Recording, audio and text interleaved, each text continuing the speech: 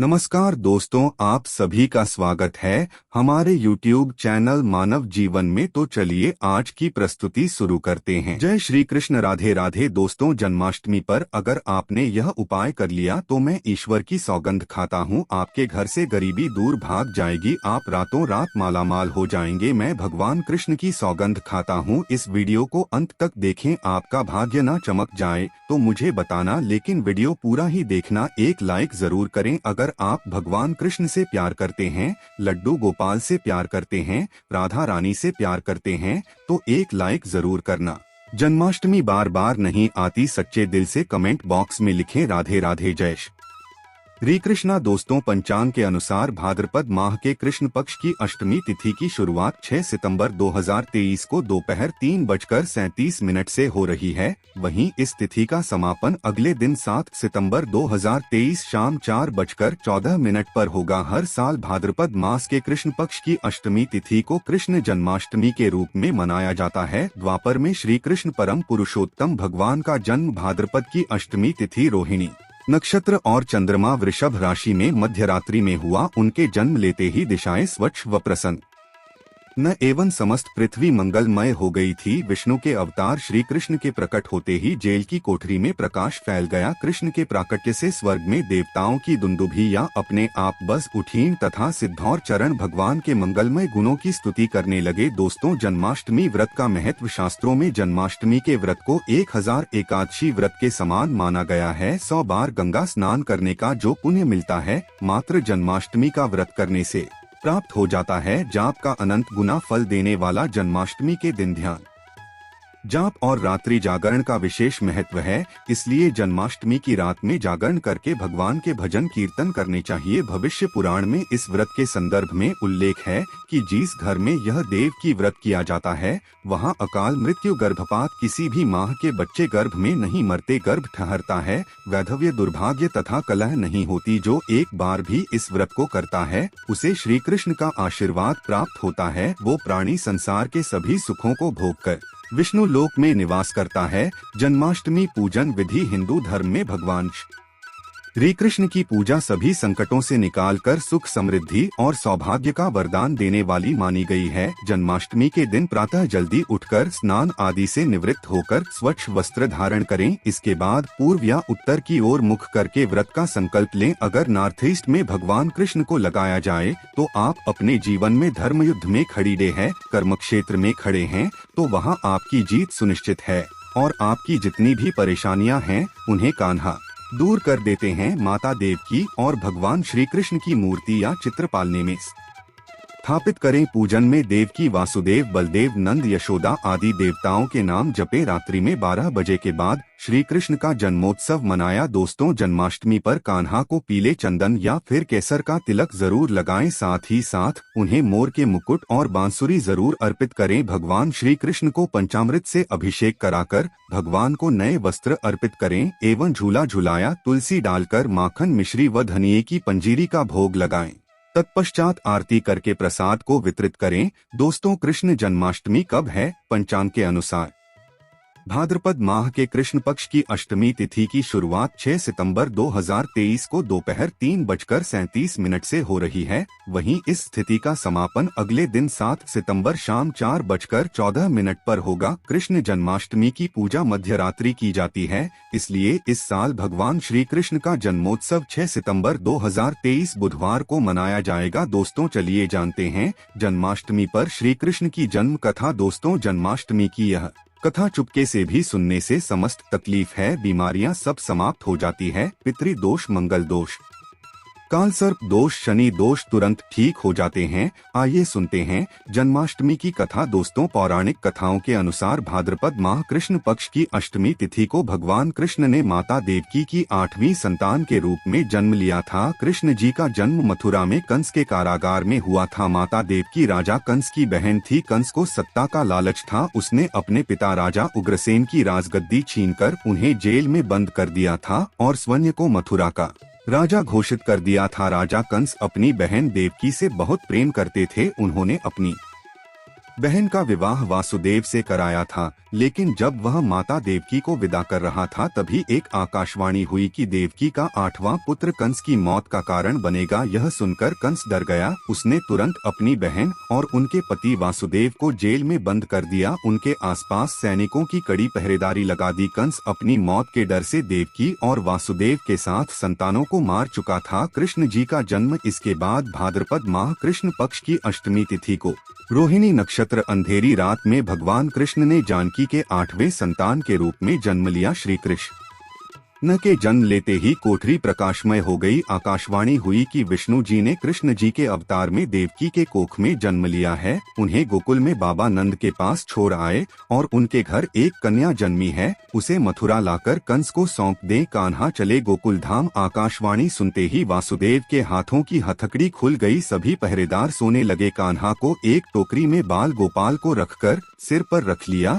और गोकुल की ओर चल पड़े। कान्हा को गोकुल धाम ले जाने में वासुदेव को कई मुसीबतों का सामना करना पड़ा। यमुना नदी कृष्ण जी के चरणों को स्पर्श करने के लिए उफान पर आ गई, लेकिन चरण स्पर्श के बाद वह फिर से शांत पड़ गई। वो कान्हा को बाबा नंद के पास छोड़ आए और गोकुल से कन्या को लेकर वापस लौट आए। जेल अपने आप बंद हो गया और उनके हाथों में हथकड़ियां लग गई। कन्या की रोने की आवाज सुनते ही सभी पहरेदार उठ गए। कंस बंदीगृह आया। वो कन्या को देवकी और वासुदेव की 8वीं कन्या समझ उसे मारने चला, लेकिन वो आकाश में उड़ गई और फिर से आकाशवाणी हुई कि कंस को मारने वाला अब इस दुनिया में पैदा हो चुका है। बाबा नंद और उनकी पत्नी माता यशोदा ने कृष्ण जी का पालन पोषण किया। राजा कंस ने कृष्ण जी का पता लगाकर उन्हें मारने की खूब कोशिश की, लेकिन कंस की सारी कोशिशें विफल हुई और कृष्ण जी को कोई मार नहीं सका। अंत में श्री कृष्ण ने कंस का वध किया। राजा उग्रसेन को फिर मथुरा की राजगद्दी सौंपी। इस तरह से जन्माष्टमी की व्रत कथा पूरी हुई। दोस्तों में आगे बढ़ने से पहले कमेंट बॉक्स में अपनी राशि भी डाल दीजिएगा। यदि हमारे पास कोई उपाय होगा तो वो आकर हम आपके कमेंट के रिप्लाई में बता देंगे। दोस्तों, जन्माष्टमी पर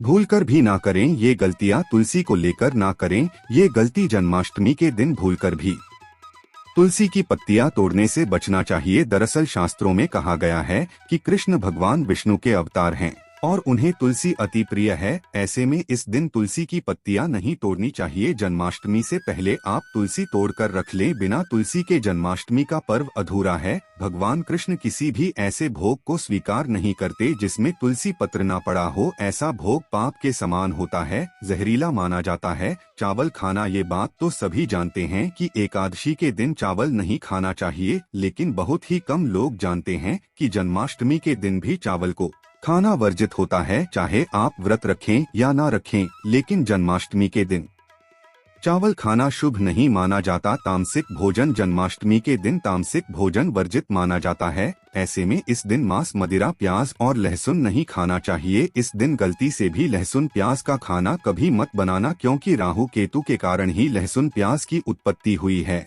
और भगवान विष्णु और राहु केतु के बीच में भीषण शत्रुता होती है। अनादर करना, भगवान कृष्ण के लिए सभी भक्त एक समान होते हैं। ऐसे में इस दिन किसी भी व्यक्ति का अनादर करने से बचना चाहिए। एक बार भगवान कृष्ण के भक्त ने एक व्यक्ति का अपमान कर दिया था। उसी क्षण भगवान कृष्ण ने अपने भक्त को श्राप दिया था। इसीलिए किसी का भी अपमान ना करे। गाय को सताना, गाय भगवान कृष्ण को बहुत ही प्रिय है, क्योंकि कृष्ण अवतार में उनका पालन पोषण एक ग्वाले के घर में हुआ था। ऐसे में जन्माष्टमी के दिन किसी भी गाय और बछड़े को भूलकर भी नहीं सताना चाहिए। भगवान श्री कृष्ण गाय को सबसे प्रिय मानते हैं। गाय माता को सबसे ज्यादा प्यार करते हैं, इसीलिए गाय को इस दिन रोटी, फल वगैरह मिठाई अवश्य खिलाएं। जन्माष्टमी के दिन केवल 7 वे खाना खाएं। जन्माष्टमी व्रत में दूध और दही जरूरी है। व्रत के दौरान ताजे फलों के शेक, लस्सी, छाछ या दूध का मजा ले सकते हैं। नारियल पानी पी सकते हैं। जन्माष्टमी के दिन पेड़ों को काटना भी अशुभ माना जाता है। श्री कृष्ण हर चीज में बसते हैं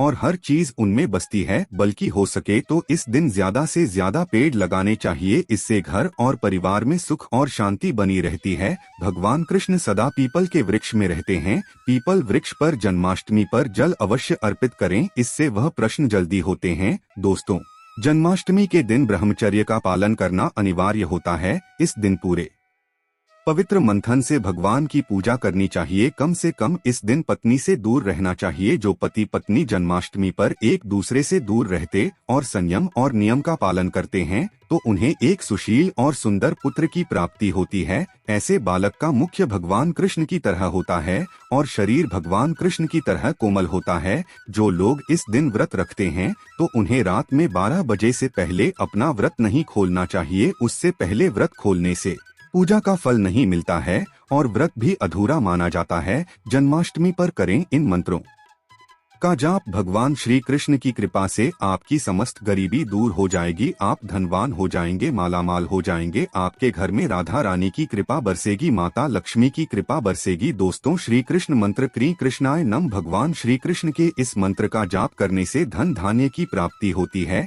ऐसे में जन्माष्टमी के विशेष अवसर पर इस मंत्र का जाप करने से साधक को शुभ फलों की प्राप्ति होती है। हरे कृष्णा कृष्णा कृष्णा हरे हरे राम राम राम हरे हरे। ये जाप करने से भगवान कृष्ण के कान खड़े हो जाते हैं। वो भक्त की पुकार अवश्य सुनते हैं। कम से कम इसका जाप 21 बार अवश्य करें या 108 बार भी आप कर सकते हैं। बहुत ही शुभ माना जाता है। दोस्तों, जन्माष्टमी पर जो स्त्री भगवान श्री कृष्ण को झूला झूल आती है उसे अनंत काल तक बांझपन का सामना नहीं करना पड़ता है। भगवान लड्डू गोपाल की कृपा से ऐसी स्त्री को सुंदर पुत्र की प्राप्ति होती है। दोस्तों, जन्माष्टमी पर मोरपंख अवश्य लाएं और मंदिर में स्थापित करें। भगवान कृष्ण की बंसी जन्माष्टमी पर अवश्य लेकर आएं। अगर आप व्रत रख रहे हैं तो भगवान लड्डू गोपाल के खिलौने आदि जरूर लेकर आना, इसे लाना मत भूलना। और जन्माष्टमी पर कौंडिया आप ला सकते हैं, भगवान कृष्ण जी की स्थापना कर सकते हैं।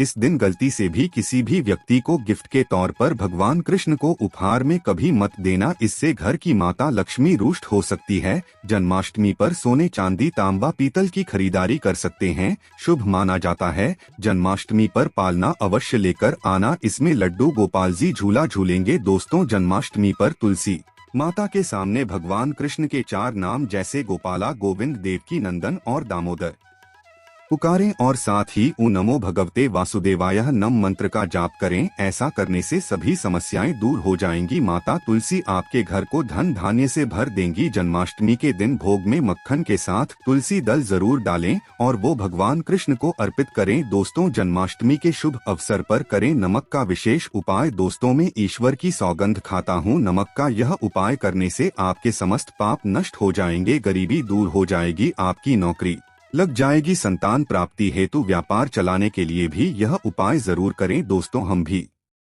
नमक का यह उपाय जरूर करते हैं। अगर आपने यह उपाय कर लिया तो आपको करोड़पति होने से कोई नहीं रोक पाएगा, भगवान कृष्ण का विशेष आशीर्वाद मिलेगा। आइए जानते हैं नमक का विशेष उपाय। दोस्तों, उपाय है: 1 नमक का पैकेट, 50 ग्राम सूखी लाल मिर्च, 500 ग्राम चावल, 100 ग्राम उड़द की दाल, 250 ग्राम आटा और 11 रुपए की दक्षिणा तथा 1 पानी की बोतल और 5 रुपए के काले तिल। बस इतनी सी सामग्री एक थैली में एकत्रित कर ले। दोस्तों, उसके बाद किसी भी गरीब बुजुर्ग या गरीब महिला को चुपके सिद्धांत दे दे और पीछे मुड़कर ना देखे, घर को वापस चले आए। दोस्तों, आप यकीन मानो, गुरु परंपरा से प्राप्त ये महाउपाय आपकी काया पलट कर रख देगा। दिन दुगनी रात चौगुनी आप तरक्की करेंगे। दोस्तों, ये उपाय हम भी जरूर करते हैं। महापुस्तक और शास्त्रों में लिखा महाउपाय आज हम आपको बता रहे हैं। यह उपाय जन्माष्टमी के दिन जरूर करें। मैं ईश्वर की सौगंध खाता हूँ, आपका भाग्य उदय हो जाएगा। दोस्तों, यह उपाय मैं हर जन्माष्टमी के दिन जरूर करता हूँ। आज के लिए इतना ही। जय श्री कृष्ण। वीडियो में दी गई जानकारी अगर अच्छी लगी हो तो प्लीज हमारे चैनल मानव जीवन को सब्सक्राइब करें, लाइक करें। धन्यवाद।